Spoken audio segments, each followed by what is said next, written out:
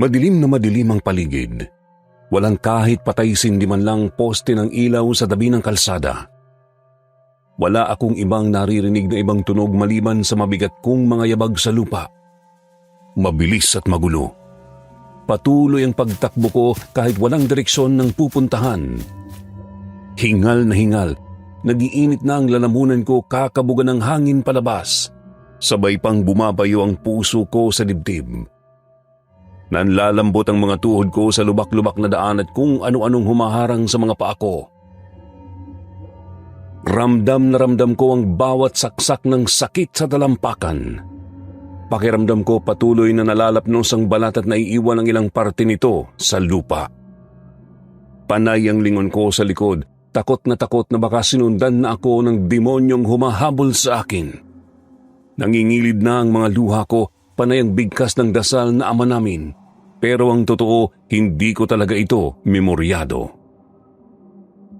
Panay ang sigaw ko sa loob ng isip. Sana naman kahit papano kung may makakita sa akin ganito ang itsura, maawa at dalhin ako sa pinakaligtas na lugar.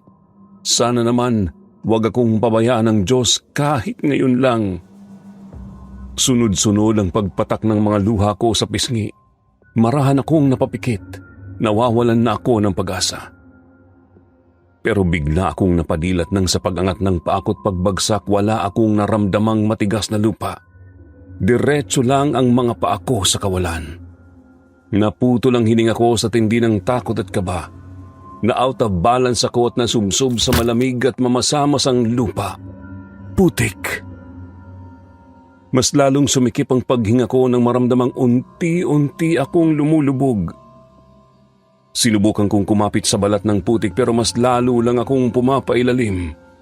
Kada galaw ko, mas lalong bumibigat ang pressure. Hindi ito basta-bastang putik lang. Quicksand ito. Mas lalo akong nagpanik. Pinakiramdaman ko ang paligid. Nagbabaka sakaling meron akong mahawakang sangaman lang pero bigo talaga ako. Dito ako mas lalong naiyak. Panay na ang sigaw ko pero hindi man lang tumatagos ang boses ko sa lalamunan. Sa kalagitnaan ng paghihirap ko may biglang liwanag na tumutok sa akin. Flashlight. Kaagad naman akong sumigaw ng tulong kahit wala akong boses.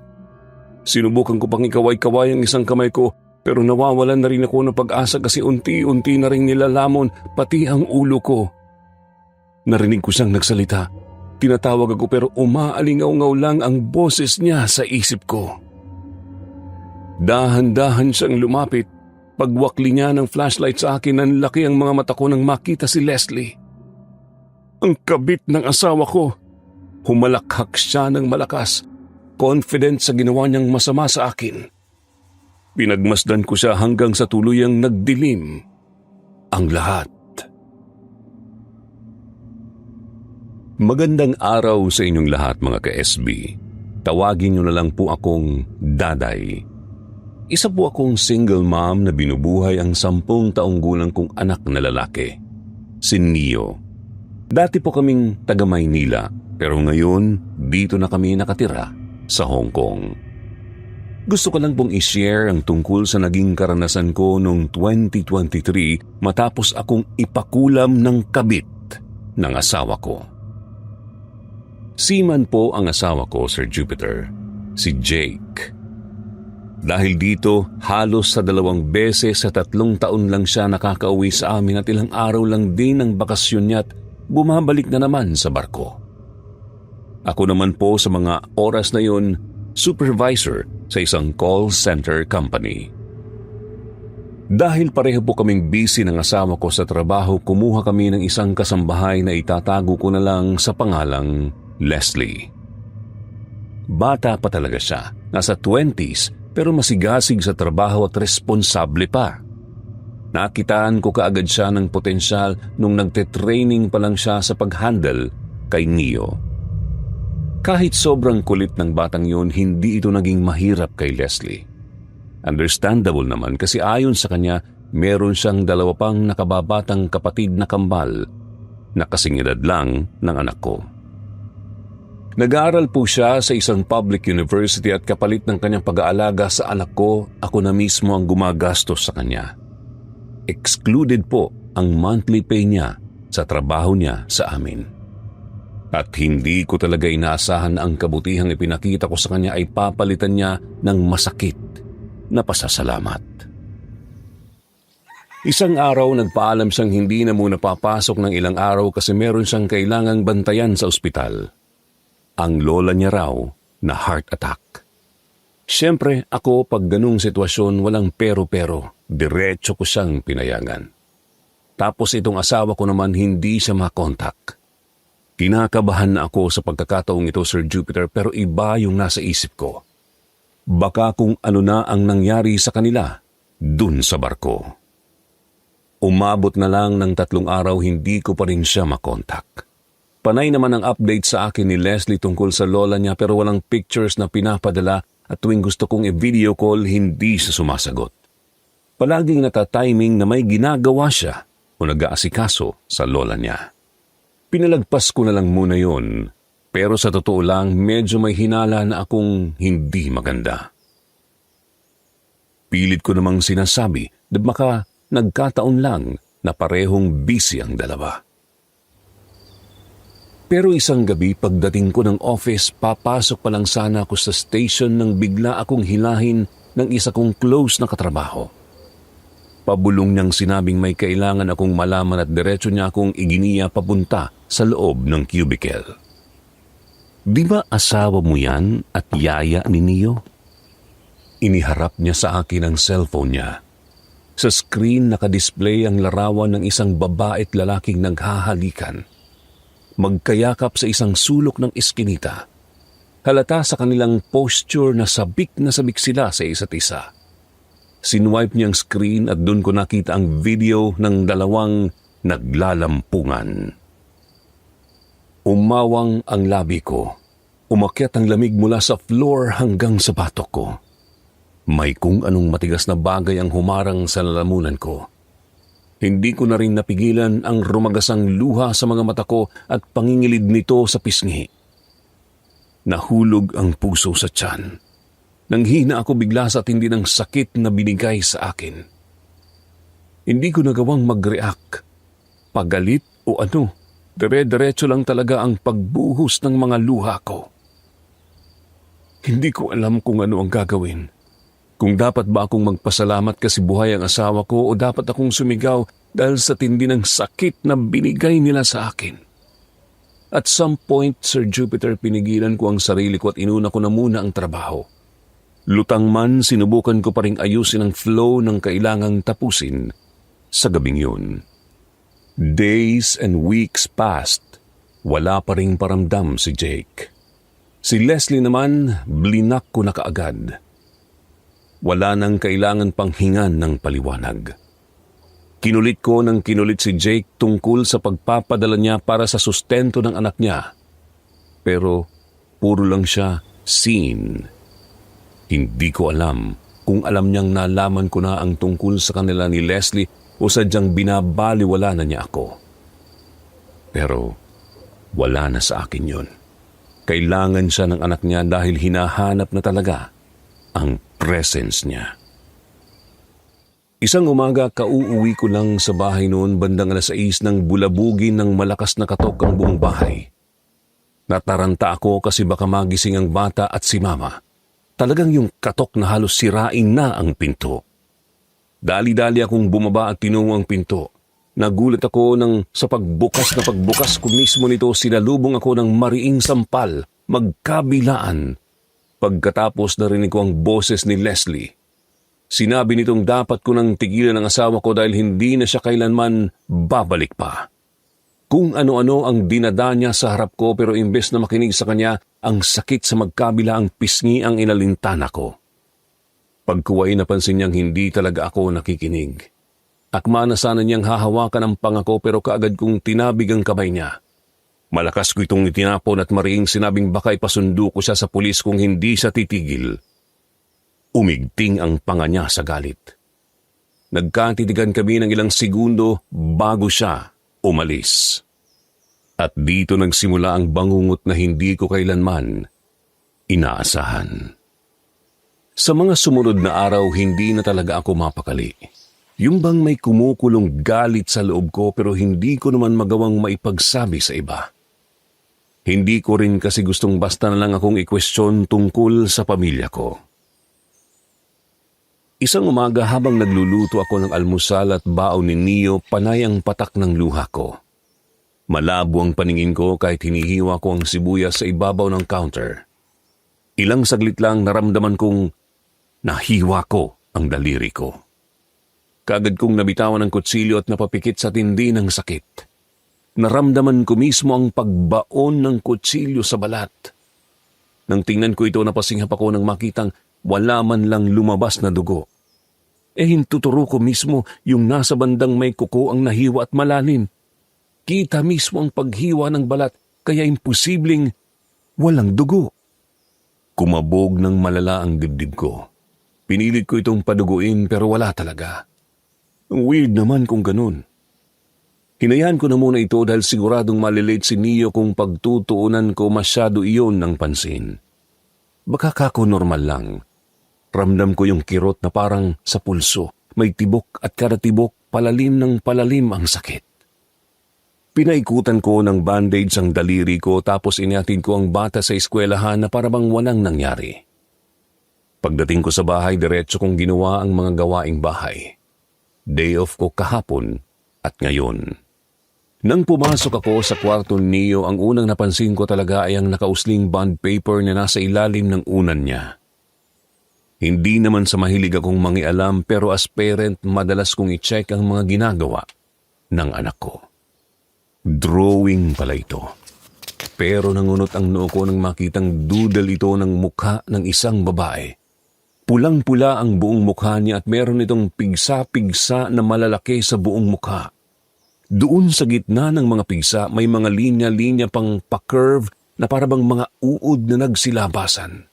Buhaghag ang buhok niya at may mga apoy-apoy pa ito.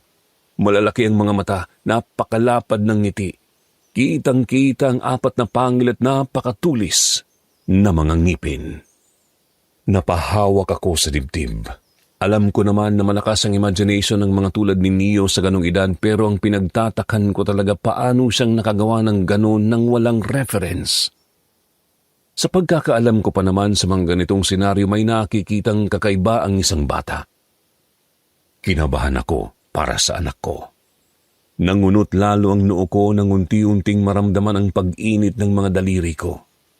1, 2, 3 karayom at parami ito ng parami habang nakahawak pa rin ako dun sa bond paper. Sinundan ito ng parabang unti-unting pag-init ng mga daliri ko sa ibabaw ng kuko. Tas yung may bandage, grabe, sobrang sakit at feeling ko nalalapnos na. Nakaramdam din ako ng pamamanhid. Nabitawan ko ang bond paper at dali-dali kong hinubad ang bandage. Tumakbo ako pababa at tinungo ang lababo. Itinapat ko ito sa gripo at hinayaang mabasa. Nawawala naman yung pakiramdam ng init pero nandun pa rin ang tusok ng mga karayom na pilit ibinabaon. Pagkuway, umakyat pa ang pamamanhid sa pulsuhan tapos sa balikat hanggang sa nakaabot na ito hanggang sa kilikili. Ilang minuto pang lumipas nandun na ang pagtusok-tusok ng daan-daang karayom sa buong kamay ko. Napapaluha na ako sa sakit tapos kahit anong galaw ko, hindi ko na talaga maramdaman ang dalawang kamay ko. Nagpanik na ako. Hindi ko alam kung ano ang gagawin, kung magpapa-ospital ba, kung hahayaan ko lang. Sino ang tatawagan ko o ano? Hindi na ako mapakali, panay ang ikot ko dun sa lababo. Kung ano-ano na rin ang pumapasok sa isip ko. Mamamatay na ba ako? Saan ko iiwan ang anak ko kung sakaling mawala na ako sa mundo? Kung ano ang gagawin ko kasi baka putulin ng mga kamay ko. Baka lang din dahil dun sa pinabayaan kong sugat kaya nagkaganon. Baka na-infection tapos hindi na maagapan. Pinakalma ko na muna ang sarili bago pumunta ng ospital. Mabuti lang talaga't nandun si Archie, ang kaibigan kong doktor. Nang makita niya akong wala na sa sarili pagkababa ko mismo ng taxi, kaagad niya akong inassist. Bumuhos ang luha ko. Mas lalo namang tumindi ang sakit.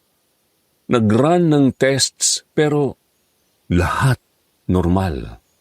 Walang nakitang kung anong posibleng dahilan ng burning sensation na sinasabi ko at panunusok ng karayom sa loob. Panay ang hingi ko ng paliwanag kay Archie pero pati rin siya wala talagang ideya. Kailangan kong mag-undergo ng further lab testing para mas makita kung ano ang nasa loob. Pero hindi ako nakapayag kasi wala akong nasabihan ni kahit isa sa pamilya ko. Wala rin akong nakahandang pera para sa gastusin. Sa huli, binigyan na lang ako ng antibiotic na pampakalma kung sakaling umatake ulit. Pero pang ilang take lang din ito dahil posible akong ma-overdose kung sakali man. Pagdating ko sa bahay, laking gulat ko na lang nang makitang nakaawang na ang pinto. Imposible naman nang may nakapasok doon ng basta-basta kasi smart lock ang gamit doon sa bahay at walang ibang nakakaalam sa code kundi ako lang at sila mama at papa. Hindi naman basta-bastang nakaalis sila mama at papa dahil meron din silang mga inaalagaan sa bahay. Dagdag pang wala akong na-receive na kahit anong text tungkol sa pagbisita nila. Kumabog ang dibdib ko. Sa isip ko, may nakapasok sa loob. Maingat naman akong pumasok. Wala naman akong nakitang kung anong sign na pinasukan kami. Maayos pa ang lahat ng gamit at naiwan pa ang walis sa ibabaw ng lamesa sa sala na may kaunting alikabok. Humugot ako ng malalim na hininga pero hindi pa rin ako nakampante. Kaagad ko namang chinek ang CCTV na nakakabit doon sa main door. Ilang minuto kong hinayaan na naka-forward play at nung mapansin kong wala naman akong nakitang kakaiba, nagpasya akong itigil na lang. Pero saktong sa pagtigil ko may napansin akong nagpatindig ng balahibo ko bigla. Bumukas ang pinto. Nakita ko ang isang anino na lumitaw dun sa refleksyon ng liwanag mula sa labas. Kumabog bigla ang dibdib ko. Napapalunok akong itinigil ang forward play at ipinagpatuloy ang video. Kitang-kita mismo ang pagpasok ng anino sa loob ng bahay at sinundan pa ito ng CCTV hanggang sa umakyat ito ng hagdan. Walang taong makita sa video, Sir Jupiter. Pero may nakita akong maliit na mahaba dun sa sahig. Hindi ko siya matukoy kung ano pero puti ang hitsura niya at parang ahas. Hindi ko na nga lang makita ng maayos kasi malabo-labo na. Mataas masyado ang pagkakabit ng CCTV. Tiningnan ko naman sa kabilang dako ang nakunan dun sa hagdan pero nag-cut na lang ito bigla. At nag-glitch sa kalagitnaan ng pag-play. Ilang minuto pa ang dumaan na naka-forward play bago bumalik sa normal ang screen niya. Nanindig ang mga balahibo ko nang makita ang bandang buntot ng sinasabi kong puti na pumasok dun sa kwarto ni Neo. Walang ano-anong napatayo na lang ako bigla at tumakbo papunta sa taas. Dire-diretso kong hinanap ang puting mahabang iyon sa loob ng kwarto ng bata. Hinalungkat ko ang mga gamit, ang mga laruan, cabinet, study table, Lego set at pati na rin ang higaan niya. Tiningnan ko mismo sa mga sulok-sulok nito.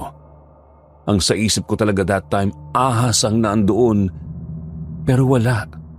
Bigo talaga akong makita ang hinahanap ko sana. Napaupo ako sa kama ng bata. Humugot ng malalim na hininga.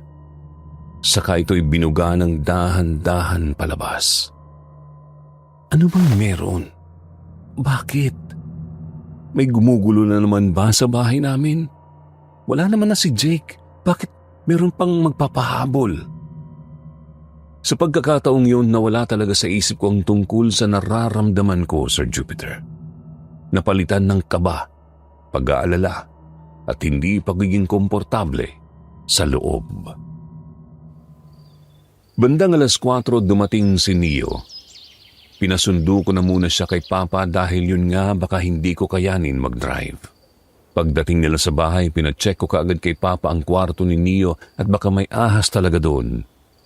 Hindi mawala-wala sa isip ko ang tungkol sa puting iyon. Mga siguro kalahating oras din ang itinagal naming paghahanap at pagsisigurong walang kung anong nakakabahala sa loob ng kwarto ng bata.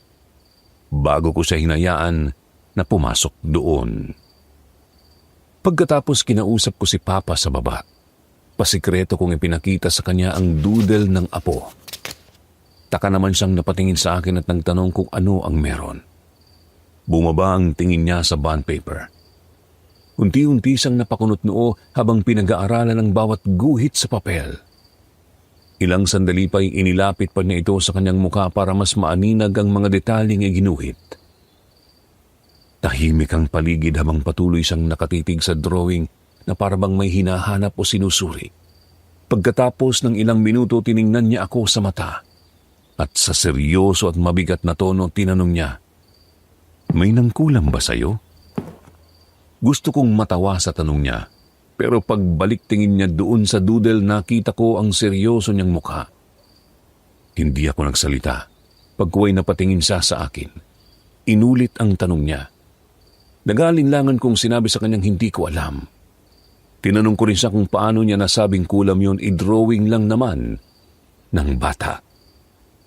Humugot siya ng malalim na hininga bago tumayo at pinasama ako sa likod ng bahay. Kinuha niya ang nakatagong lighter sa bulsa at sinunog niya ang drawing ng bata. Napaawang ang labi ko pero hindi pa nga ako nagtatanong, sinagot niya ako. Hindi yun normal na drawing ng bata at sa tingin niya, nagpe-predict si Neo kung ano ang posibleng mangyayari sa akin sa mga susunod na araw. Namatay ang Cindy. Mukhang ayaw pa nitong masunog, pero hindi ito sinukuan ni Papa. Pagkuway nagtanong na siya kung meron ba siyang dapat malaman tungkol sa trabaho o kaya naman sa pamilya ko. Nagulat niya ako nang tinanong niya yon, pero kilala ko na nga ang Papa ko. Madali siyang makahalata kung meron kaming tinatago. Humugot ako ng malalim na hininga saka ko isinalaysay ang tungkol sa nangyari sa amin ni Jake at kung paano akong sinugod ng kabig niya. Ang yaya mismo ni Neo. Ngumisi si Papa at napailing-iling. Disappointed siya tungkol sa nangyari. Pareho kaming natahimik habang pinagmamasdan ng bond paper na tuluyang lamunin ng apoy. Pagdating na doon sa mukha ng babae, nakaramdam ako ng parabang sinusunog yung kanang pisngi ko. Sinabi ko yun sa kanya. Humugot siya ng malalim sa kasinabing kailangan niyang maghanap ng albularyo sa lalong madaling panahon. Inaamin ko, kinabahan ako bigla, Sir Jupiter. Hindi na tinuloy ni Papa ang pagsusunog. Pinatay niya ito at ibinaon sa ilalim ng lupa.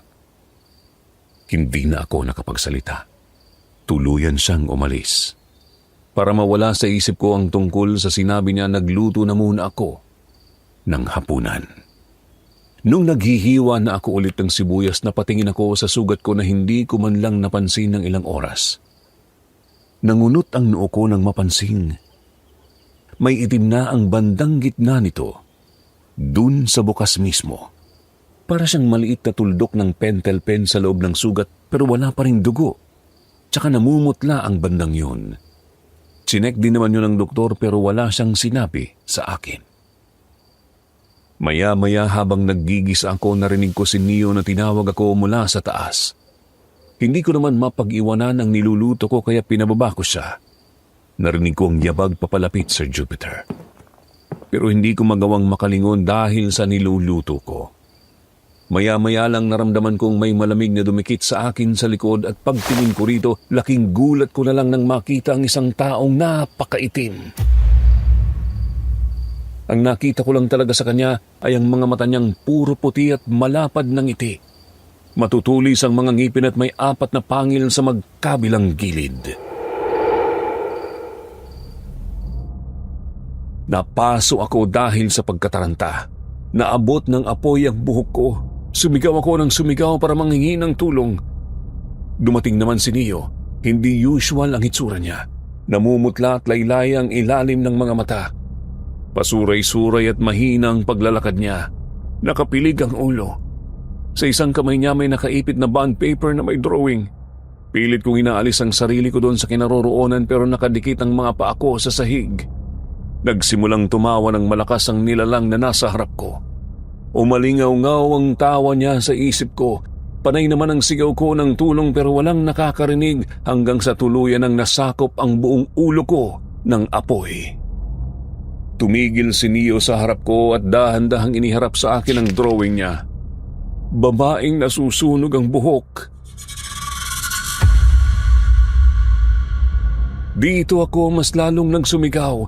Nagmakaawang pakawalan ako ng kung sino mang may hawak ng kaluluwa ko. Minabuti kong makaalis. Kahit halos mapunit sa sakit ang mga paa ko sa sahig, pinilit kong makaalis hanggang sa nabunot ko nga ito. May marka pa ng balat doon sa sahig at halos magwala ako sa tindi ng sakit.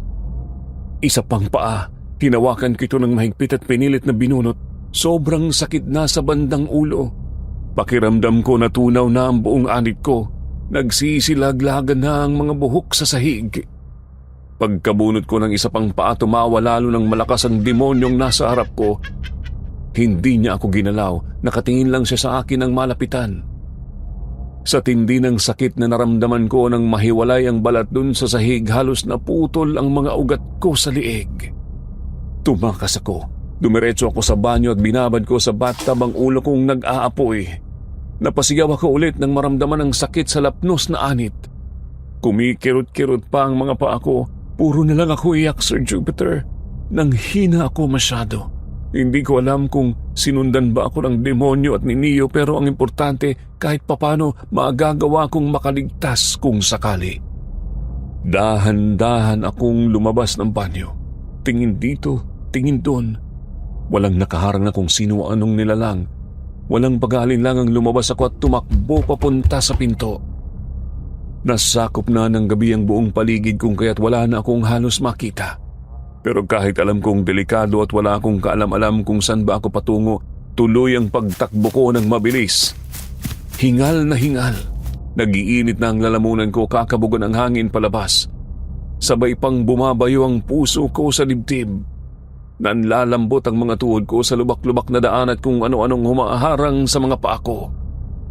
Panay ang lingon sa likod. Nagbabaka sakaling may makita man lang kahit aliwanag, pero wala. Nangingilid na ang mga luha ko. Panay ang bigkas ng dasal na Ama namin, pero ang totoo, hindi ko talaga ito memoryado. Naputo lang hininga ko nang biglang sa pag-angat ng paa ko, wala akong naapakan at diretso akong nadapa sa mamasamasang lupa. Putik. Nangunot ang noo ko nang maramdamang unti-unti akong lumulubog. Teka, quicksand pala ito. Mas lalo akong nagpanik dahil dito. Wala akong makita. Wala akong maramdaman na kung anong pwedeng mahawakan sa paligid para hindi ako tuluyang lamunin pa ilalim. Sa kalagitnaan ng paghihirap ko, may biglang liwanag na tumutok sa akin. Flashlight. Kaagad naman akong sumigaw ng tulong pero wala akong boses. Sinubukan ko pang ikaway-kaway ang isang kamay pero nawawalan na rin ako ng pag-asa kasi unti-unti na rin nilalamon pati ang ulo ko. Narinig ko siyang nagsalita, tinatawag ako pero umaalingaw-ngaw lang ang boses niya sa isip ko. Dahan-dahan siyang lumapit. Pagwakli niya ng flashlight sa akin, ang laki ang mga mata ko nang makita. Si Leslie, ang kabit ng asawa ko. Napabalikwas ako ng gising. Habol, hininga, nang maramdaman ko bigla ang mainit na pagtusok sa mga daliri ko. Ang bigat sa pakiramdam. Mainit sa katawan, medyo umiikot ang paligid at pakiramdam ko may malaking batong nakapatong sa ulo ko. Ano yun? Bakit yun ang panaginip ko? Tiningnan ko ang cellphone ko. 3:14 ng madaling araw. Humugot ako ng malalim na hininga. Akma na sana akong bababa ng kama nang mapansin kong may malaking daga pala doon sa pinto. Nakatingin sa akin.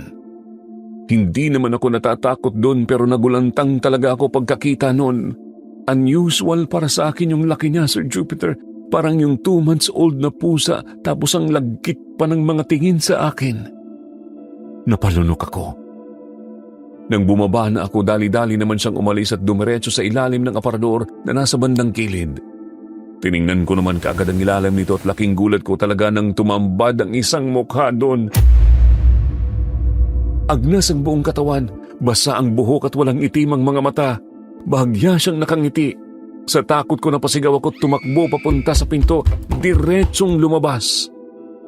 Mas lalo pa akong sinalubong ng takot nang sinalubong ako ni Neo. Natumba na lang talaga ako sa pinto sa tindi ng takot sa loob-loob ko. Agad namang napatanong si Neo kung ayos lang ako. Habol-habol ang hiningang tumango ako sa kanya at ngumiti. Pinakalma ko ang sarili. Sumandal sa pinto at nagtanong sa kanya kung kumain ba siya ng dinner kagabi. Hindi ko kasi maalala. Wala akong maalala kung paano akong nakarating sa higaan ko at kung naasikasa ko nga ba ang anak ko. Yes, Mami, pinakain ako ng friend ko. Natuyo ang dugo ko bigla nang marinig ang sinabi ni Neo. Kunot ang noong bumagsak ang tingin ko sa kanya, sabay tanong kung sinong kaibigan. Tuloy na balot ng takot ang dibdib ko sa pag-iisip na baka nakalabas ang anak ko ng bahay nang hindi ko man lang namamalayan. Sweet pero casual naman niya akong sinagot na si Daddy raw niya. Pumunta sa bahay kagabi. May dala-dalang pagkain at pinakain sa kanya. Sabi ko noon ng daddy niya hindi na siya magiging part ng family namin at dapat kaibigan na lang ang turing niya sa kanya. Nangunot ang noo ko. Nabalot ako ng galit sa loob-loob at muntikan ko pang mamura si Neo. Hindi ko alam kung paano akong nakatayo ng walang pag-aalinlangan at dumiretso sa baba. Iniwan ko ang bata sa taas. Kailangan kong makita sa CCTV kung paano siyang nakapasok ng bahay. Wala na siyang access dapat sa bahay dahil napalitan ko na ng code ang lock. Hindi pwedeng basta-basta na lang siya makapasok. Pero kita sa CCTV na wala namang pumasok na ibang tao, Sir Jupiter. Inantay ko talagang matapos ang video pero wala talaga. Napansin ko namang gumalaw yung CCTV camera na parabang may sinusundan ito pero wala talagang makikita ni kahit anino man lang na gumalaw. Sa sala naman nakita ko ang anak kong nakaupo doon na mukhang may kausap. Naririnig ko mismo ang giggles niya tapos may tinatawag pa siyang daddy tapos friend kahit siya lang mag-isa. Kinilabutan ako ng malala, Sir Jupiter, to the point na napatawag ako kila mama at papa para papuntahin sila sa bahay. Emergency na yun, natatakot ako para sa anak ko. Hindi ako mapakali. Panay ang lakad ko pabalik-balik sa pwesto, nagpuproseso ng mga bagay-bagay. Nagtatalo ang isip ko tungkol sa posibleng paranormal activity sa loob ng bahay o kung may kinalaman ito sa nangyayari sa akin. Hindi naman ako masyadong knowledgeable sa tinatawag na kulam pero mukhang naapektuhan nito ang pamilya ko. Kung sakali mang yun ang dahilan, sino naman ang gagawa nun sa akin? Nadistract ako nang marinig ko ang doorbell. Dali-dali ko namang tinungong pinto at pinapasok sila mama at papa. Tinanong nila kung ano ba ang nangyari. Ipinaliwanag ko kaagad ang tungkol sa nakita ko sa CCTV. Sa kalagitnaan ng pag-uusap namin, bigla akong nakaramdam ng matinding pagkahilo at pagsusuka. Walang pasabi, naduwal na lang ako bigla. Mabilis akong tumakbo papunta sa banyo at agad na yumuko sa lababo para ilabas ang lahat ng nasa tiyan ko. Lumabas ang tubig na malagkit, yung parang sabaw ng sinaing habang kumukulo. May kasama itong mga puti-puting mahaba at gumagalaw ang iba. Uod!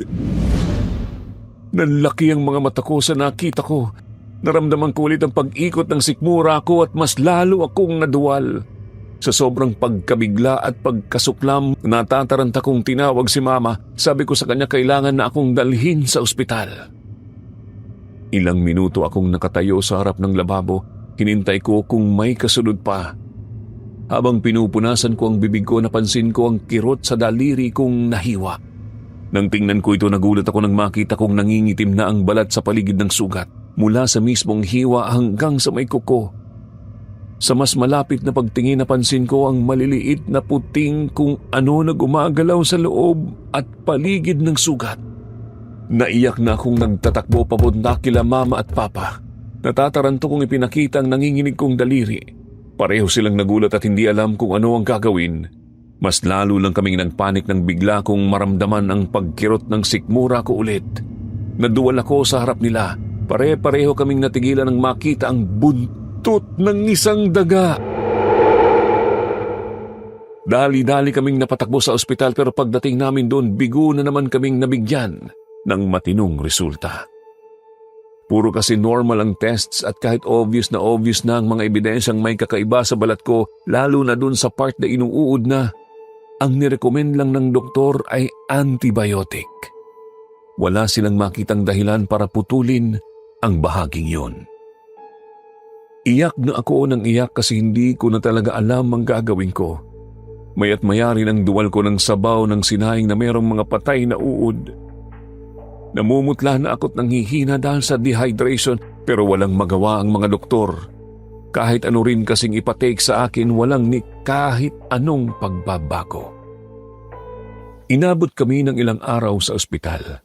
Pumayat ako ng gusto. Wala rin kasi akong ganang kumain o kahit man lang uminom ng tubig. Hinang-hinari ng katawan ko kaya puro tulog lang ang nagagawa ko.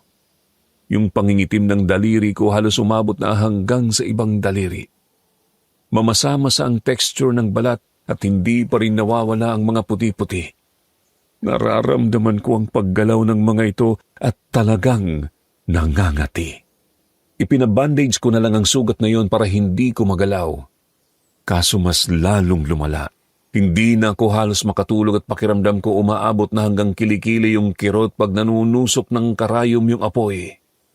Nagkandaletse-letse na ang pamilya namin, Sir Jupiter. Nahihirapan na ako sa gastusin dahil paunti ng paunti ang chance kong makabalik ng trabaho. Meron naman sana akong allowance sa company dahil sa nangyayari sa akin pero hindi pa rin yun sapat. Tapos dumagdag pa ang anak kong nagkaroon bigla ng sakit. Dinala rin sa ospital at kung ano-ano ang pinaggastusan namin sa kanya. Pati sila mama at papa hindi na rin alam kung ano ang gagawin. Panay ang sabi sa akin ni mama na dapat na akong manghingi ng tulong kay Jake, pero ayoko. Ang pinakamabigat pa sa lahat ang bangungot na laging nagpapagising sa akin bandang 3:00 ng madaling araw. Palagi na lang, walang pahinga. Gustuhin ko mang hindi matulog, ang katawan ko mismo ang sumusurrender kaya wala rin akong magawa. Nalugmok ako sa depresyon habang nasa ospital kaya halos butot balat na ako nang makauwi sa bahay. Inalabas na lang kasi talaga ako kasi palaki ng palaki ang bill namin.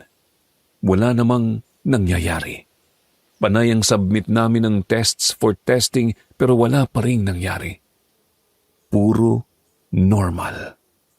Nag-recommend na nga rin si Papa na pumunta kami sa isang albularyo. Wala na talaga kaming ibang option, kaya pumayag na lang kami ni Mama. Pero sa susunod pang mga araw, dahil kinakailangan pa talaga naming magbiyahe, paprobinsya. Isang araw matapos kaming lumabas ng ospital, lumala ang pakiramdam ko. Mahimbing akong natutulog noon sa kwarto, habang si Neo naman ay nasa kwarto niya, naglalaro. Sa kalagitnaan ng pagtulog ko, naramdaman kong may humihimas-himas sa buhok ko. Akala ko si Mama, kaya hinayaan ko lang. Nang mahuhulog na sana ako sa panaginip ko, naramdaman ko ng palakas ang puwersa niya sa paghimas. Yung bang nanggigigil siya at hindi niya mapigilan ang sariling sabunutan ako. Palakas ng palakas kaya sinaway ko na siya. Hanggang sa dumating na sa point na nasasaktan na ako mismo. Hinawakan ko ang buhok ko at pinakiramdaman ang kamay na may hawak noon, kaso wala naman akong maramdaman na kamay. Paglingon ko sa kung saan yung direksyon ng humihila sa buhok ko, naputol ang hininga ko nang makita ang isang maitim na nilalang. Nakangiti siya sa akin, hawak ang buhok ko at sobrang nag-e-enjoy sa ginagawa niya. Nagawa niya pang humalakhak habang hinihila-hila ang buhok ko. Sumigaw ako ng malakas, humingi ng saklolo kina Mama at Papa. Pero hanggang sa umabot na lang ng ilang minuto, wala pa rin sila Mama. Patindi ng patindi ang paghila ng demonyo sa buhok ko. Masakit na ito kumpara kanina. May mga natanggal na mismo sa anit ko kaya mas lalo akong napapasigaw. Nagmamakaawa ako pero hindi niya pa rin ako tinatantanan. Maya-maya lang, may naramdaman akong mabigat at malamig na bagay na gumagapang paakyat sa kama ko. Pagdilat ko, laking gulat ko nang makita ang isang malaking daga na diretsong umakyat sa katawan ko at tumalon pa mismo sa mukha ko. Wala akong oras para umiwas, agad nitong sinakmal ang pisngi ko. Napasigaw ako, paulit-ulit habang pilit ko itong inaalis gamit ang dalawang kamay. Pero mahigpit ang pagkakabaon ng mga ngipin nito sa balat ko. Ramdam ko ang malalim na pagkapunit at kahit pilit kong tanggalin, hindi ito bumibitaw. Kasunod nito narinig ko ang pagkaluskos sa paanan ng kama. Isa pang daga ang sumampa. Mabilis ang kilos at diretso sa bibig ko. Sa loob ng ilang segundo, naramdaman ko na lang ang matutulis itong ngipin na lumalagpas sa balat at humahagod sa mismong laman ng labi ko. Wala akong magawa. Tumutulo na ang dugo habang nilalamutak ng hayop ang mukha ko. Ang sakit ay matalim at paulit-ulit. Kasama ng bawat kagat ang malansang amoy na lumalapit sa ilong ko. Amoy imburnal, mabaho, basang-basa at parang nabubulok na laman. Bawat hininga ay may kasamang suka. Hindi ko na nakayanan. Sumuka ako sa kama mismo, nanginginig at nangingisay. Doon nagsimula ang pinakamasahol. Sa pagduwal ko parang sinenyasan ang iba. Sunod-sunod na lumitaw ang mga daga mula sa ilalim ng kama, sa mga sulok ng silid at sa kung saan-saan. Mabilis silang nagsilapit, gumagapang sa mga binti ko, sa tiyan, sa dibdib. Nagsiksikan sila, nag-uunahan, para akong hindi na tao ng mga sandaling yun. Nilalamon ako ng buhay habang naririnig ko ang patuloy nilang pagkagat at pagkalmot ng mga bahagi ng balat ko. Mabuti na lang talaga't dumating si Mama at siya na mismo ang nagpapalo sa mga ito para lang mapaalis sa mukha ko. May mga napisa sa mismong bibig ko. Nalasahan ko ang katas ng dugo at ang amoy nila kaya mas lalo akong nasuka. Dali-dali naman akong tinulungan nila Mama at Papa para maalis sa gawing yun. Panay ang iyak ko na parang batang walang kaalam-alam kung ano ang gagawin. Ibinaba na muna ako ni Papa. Wala na rin akong lakas, Sir Jupiter, kaya hindi ko na maasikaso ang sarili. Nalanta ang buong katawan ko. Kaya asang magulang ako ngayon. Tumulo ang luha ko habang pinupunasan ni Mama ang katawan ko. Si Papa naman inihanda niya ang motor niya. Kailangan niyang maghanap ng albularyo sa lalong madaling panahon. Kaso, nasa Maynila kami. Mahirap talagang maghanap ng ganun doon. Kadalasan pa naman, nasa probinsya. Sa isip ko that time, Sir Jupiter, mamamatay na ako. Wala na akong pag-asa at kailangan ko na lang tanggapin ang nangyari sa akin. Hindi ko namalayan na nakatulog pala ako. Nang magising ako, ang unang tumambad sa mukha ko ay si Leslie. Lumapad ang ngiti niya nang magtampo ang mga tingin namin pagkuway lumingon siya sa kaliwa. Nakita ko si Jake, buhat-buhat niya si Neo. Kaagad akong umaksyong tatayo pero napasinghap ako nang mapagtantong nakagapos pala ako sa isang mahabang upuan na yari sa kahoy. Nakastrap ang mga kamay ko at paa sa magkabila ang gilid gamit ang makapal na goma. Sinubukan kong tanggalin ang mga kamay ko pero ang higpit talaga nito.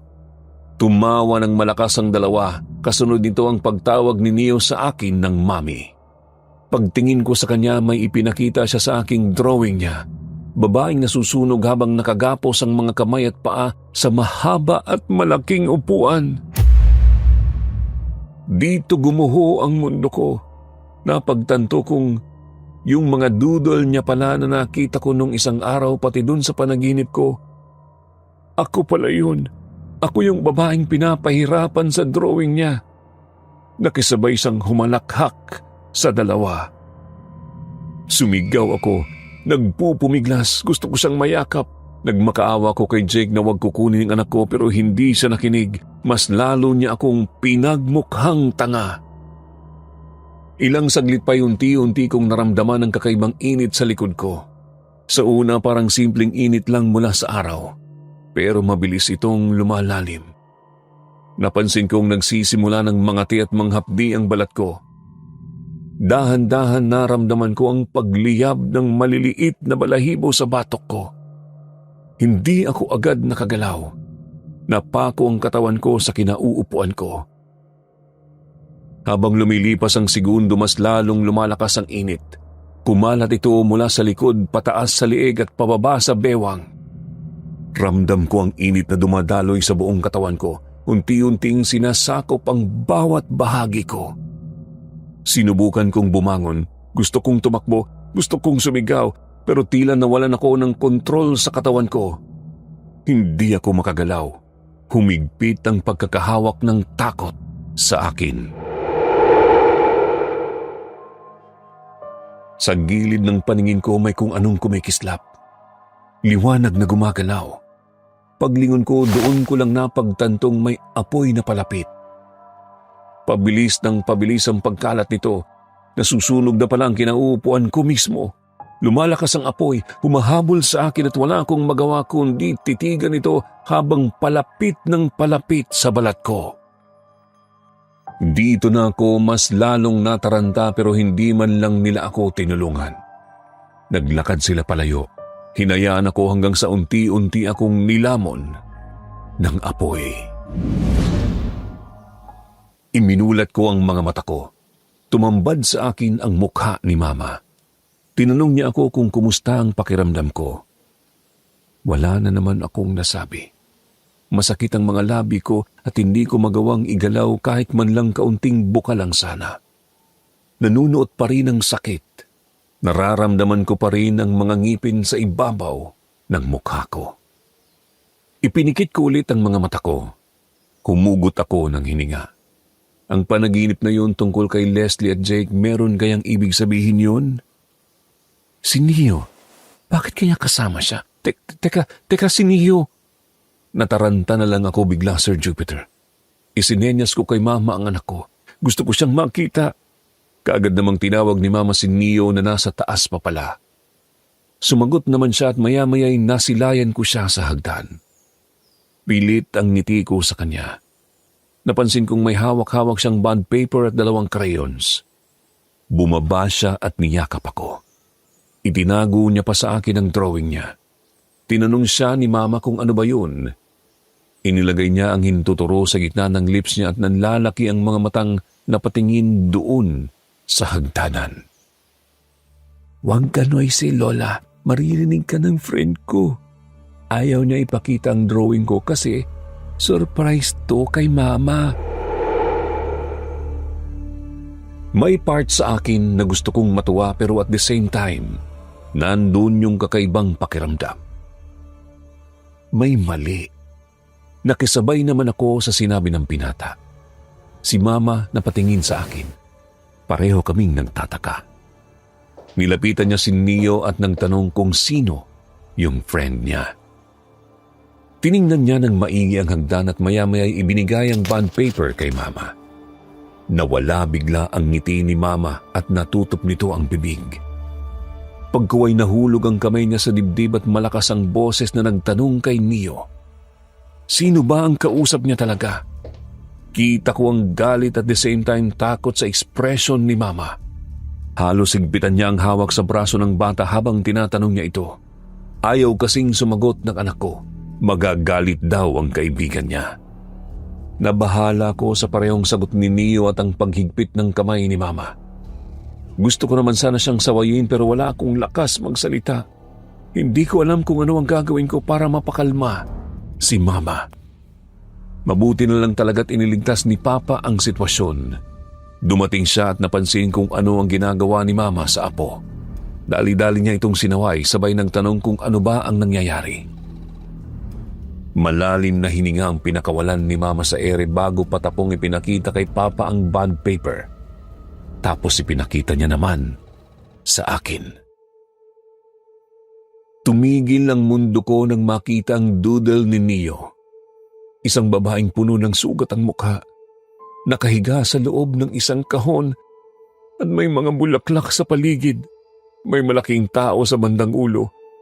Malaki ang mga mata at napakalapad ng ngiti. Kitang-kita ang matutulis na ngipin at mga pangil. Napakaitim din ng taong yun. Tapos dun sa box may araw na patungo sa mukha ng babae ang nakalagay. Mommy, dead. Tuluyan akong napaluha. Mas lalong rumupok ang mga buto ko at bumigat ang pakiramdam ko. Hindi ko alam kung ano ang sasabihin ko, basta ko na lang binitawan ang bond paper at humagulgol. Nang makakalma ako, sinabi ni Papa na magbabiyahe kami sa araw na yon. Meron siyang napagtanungan. Labas na ng Manila pero hindi naman sobrang layo. Saktong may albularyong nagbabakasyon lang para sa anak na ikakasal. Hindi na kami nagsayang ng oras. Dire-diretso na ang kilos. Nang aalis na kami, kinuha ni Papa ang doodle ng anak ko at ipinasok yun sa bulsa. Kailangan niya raw yun para ipakita sa albularyo. Fast forward po ng kwento, natulog lang ako sa buong biyahe. Walang kaalam-alam kung saan ba talaga kami pupunta. Ilang saglit lang ginising ako ni Mama. Nasa Batangas daw kami. Pagtingin ko sa bintana, nasa tapat kami ng isang bahay na hindi ako pamilyar. May babaeng lumabas ng pinto. Nasa 50s. Simple lang ang pananamit niya. Kinausap niya si Papa na nasa baba na pala ng sinasakyan naming taxi. Tinulungan ng driver si Mama na maibaba ang wheelchair ko. Nang tingnan naman ako ni Aling Maria, hindi niya tunay na pangalan, ang albularyong sinasabi ni Papa, napasinghap siya. Hindi siya makapaniwala sa inabot ng katawan ko. Tinanong niya ako kung nagagawa ko pa bang ma-recognize ang sarili ko. Hindi ko siya nasagot. Pumasok kami sa loob, walang ibang tao, kundi siya lang. Nagtanong siya kung minsan ko na bang nakita ang sarili ko sa salamin matapos ang ilang linggo kong pagtitiis sa sakit na meron ako. Si Mama ang sumagot. Hindi pa. Humugot siya ng malalim na hininga bago kinuha ang malaking salamin na nasa likod ng isang malaking aparador. Panay ang salita niya. Pinapahanda ko kung sa ano ang posibleng maging reaksyon ko. Dapat positive pa rin ako kahit ano ang mangyari. Dapat maging malakas ang loob ko para gumaling at kung ano-ano pa. Tango lang ako ng tango sa kanya. Dahan-dahan niyang iniliko ang salamin paharap sa akin. Dumadagundong ang dibdib ko. Tahimik ang paligid. Kahit sila Mama at Papa ayaw magsalita. Panay naman ang hagod ni Neo ng likod ko na para bang alam niya kung ano ang nangyayari sa akin. Nang sa wakas ay nakita ko ang sarili ko, hindi ko napigilang umiyak. Hindi ko na halos na-recognize ang sarili ko. Payat, maraming pigsa sa mukha. May part pa sa pisngi ko na parang nabubulok na. Butot balat ang buo kong katawan at may itim na rin ako sa leeg. Para bang umakyat na yung sakit ko sa kamay papunta doon. Hindi ko naman maramdaman ang sakit pero oo, naandun yung pakiramdam na may kumikirot-kirot sa loob na para bang mga uod na ayaw magsipahinga. May mga tinanong pa sa akin si Aling Maria tungkol sa kung paano ito nagsimula at kung meron ba akong hinala sa kung sino ang posibleng gumawa ng kulam sa akin. Wala na raw ibang paliwanag doon dahil sa nakita niyang sintomas at pisikal kong kaanyuan. Dagdag pang puro normal naman ang test sa ospital. Wala akong sinabi at wala akong ikinuwento sa kanya parte sa mga naging panaginip ko. Sinimulan na niya ang session. Hinawakan niya ang gitnang daliri ko sa kanan. Pinisil-pisil niya ito na para bang may hinahanap. Sa pangatlong pisil niya, nakaramdam ako bigla ng pagtusok ng kung anong matulis sa dibdib ko. Napasigaw ako sa tindi ng sakit. Nang hina ako, naramdaman ko biglang presensya ng ibang tao sa loob ng katawan ko. Pilit kong binuksan ang mga mata ko pero hindi ko magawa. Nakapako ang dalawa kong kamay sa upuan at hindi ko magawang makawala ng basta-basta. Parang nakagapos ang mga ito kahit wala naman akong nakikitang straps. Naramdaman ko ulit ang matulis na bagay na bumaon sa dibdib ko. Narinig ko ang pag-alingaw-ngaw ng boses ni Aling Maria na para akong nasa ilalim ng dagat. May sumisigaw mula sa loob ng katawan ko pero hindi ako yun. Hindi ko maninag ang boses pero alam kong babae. Sigaw siya ng sigaw na para bang takot na takot sa kung ano ang posibleng mangyari. Kada pisil sa kamay, malaking bala ang tumutusok sa dibdib ko. Halos hindi na ako makahinga. Nangingilid na ang mga luha ko. Tama na, ayoko na. Tama na, pakiusap, hindi ko na kaya to. Pero wala. Ako lang mismo ang nakakarinig sa sarili ko. Paunti-unti pabitaw ako ng pabitaw sa sarili kong katawan. Nahihirapan na akong lumaban pa. Mas makabubuti kong magpapahinga na lang ako ng tuluyan. Pinakiramdaman ko ang bawat kirot, ang sakit at biglang pagduwal ko. Naramdaman ko pa ang mainit na likinong tumalsik sa mga paa ko pero wala pa rin. Naninigas ang mga kamay ko at hindi na rin halos makakilos ang buong katawan ko. Maya-maya lang narinig kong tinatawag ako ni Aling Maria. Palinaw ng palinaw ang boses niya hanggang sa naramdaman ko na lang ang panunumbalik ng pandinig ko. Gumaan bigla ang pakiramdam ko, Sir Jupiter. Hindi ko alam kung paanong nabalik bigla ang sigla ko. Hingal na hingal akong nagmulat ng mga mata. Naligo ako sa pawis. Niyakap ako ni Mama na kanina pa palang umiiyak. Mahigpit ang pagkakayakap niya na animoy hindi na ako magigising. Pagkatapos, pinalabas na muna sila Mama at Papa ni Aling Maria. Kinausap niya ako ng kami-kami lang. May ipinakita siyang papel sa akin. May nakasulat doon na pangalan. Leslie. Kunot ang noo kong napatingin sa kanya. Sabi niya yun ang pangalan ng nagkulam sa akin, na kung hindi siya nagkakamali dating malapit sa pamilya ko. Hindi lang ako ang target niya, pati ang anak ko. Gusto niyang mawala kaming dalawa dahil inaangkin niya ang mister ko. Nanindig ang mga balahibo ko, Sir Jupiter. Ayokong maniwala sa sinabi niya. Baka kako yun ang sinabi ni Papa. Nangabit ang dati naming katulong at asawa ko ang tingiran niya. Malabo namang magawa ni Leslie ang kulam. Bata pa siya. Sigurado akong wala siyang kaalam-alam tungkol sa bagay na yun. Naiwan akong tulala. Pilit na pinuproseso ang mga bagay sa isip ko. May pinakita pa sa akin si Aling Maria. Ang drawing ni Neo at ang porma na nagawa ng mga tunaw na nakandila sa ibabaw ng tubig. Kinuha niya ito at ipinakita sa akin ang kabila. Magkapareho ito. Ang maitim na taong may malaking mata at napakalapad na ngiti. Paliwanag niya isa ito sa mga paraan ng nangkukulam sa akin para mas mapadali ang pagkuha sa kaluluwa ko kasama ang anak ko.